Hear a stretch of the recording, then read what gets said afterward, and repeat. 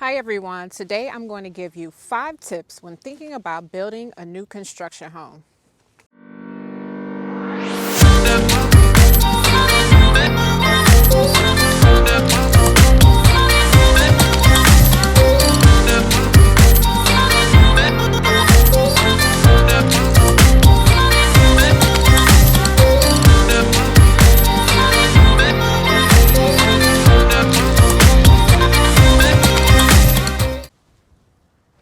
Hi everyone, today I want to talk to you about 5 tips when thinking about building a new construction home.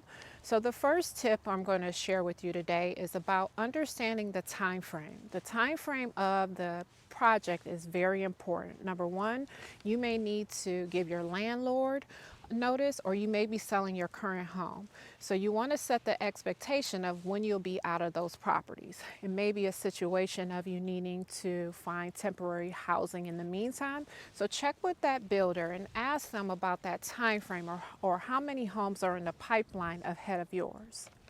So tip number 2, you want to make sure that you have a real estate agent helping you with the transaction.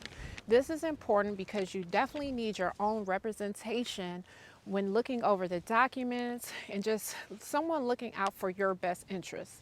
This is no different than if you were going to court, you would make sure to bring in your own attorney or lawyer into this situation to represent you. Having a buyer's agent in this transaction costs you $0 in this transaction, so something to think about.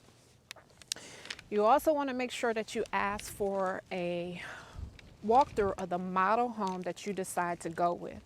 So typically the builder will have anywhere from 5 to different model styles, and the model that they have there open for you to walk through may not be the design you decide to go with.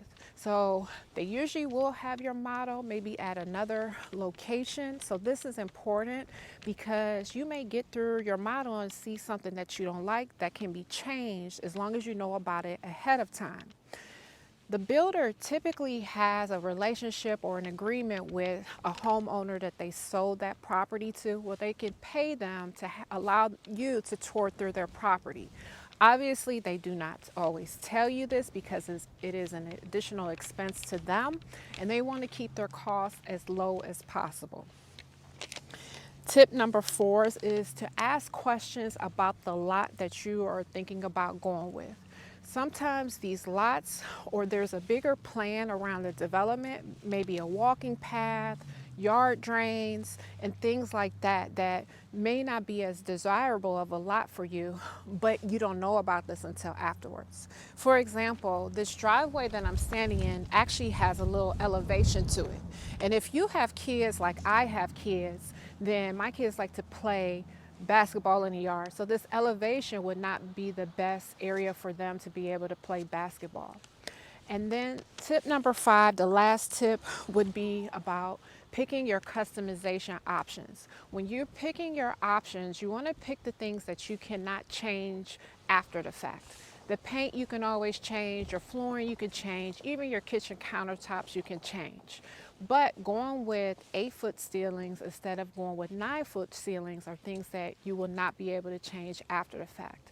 Going from 8 to 9 makes your home feel much larger and bigger. So when you're looking to spend some extra dollars, make sure you spend those extra dollars on the things that you cannot change, and things that you can circle back to at a later date, not a big deal. I hope you find these tips very useful. I get calls all the time with people asking about what to do, how do I plan for my new construction, and so I would love to hear from you too. You can give me a call at 216-220-7886, and I hope to hear from you soon.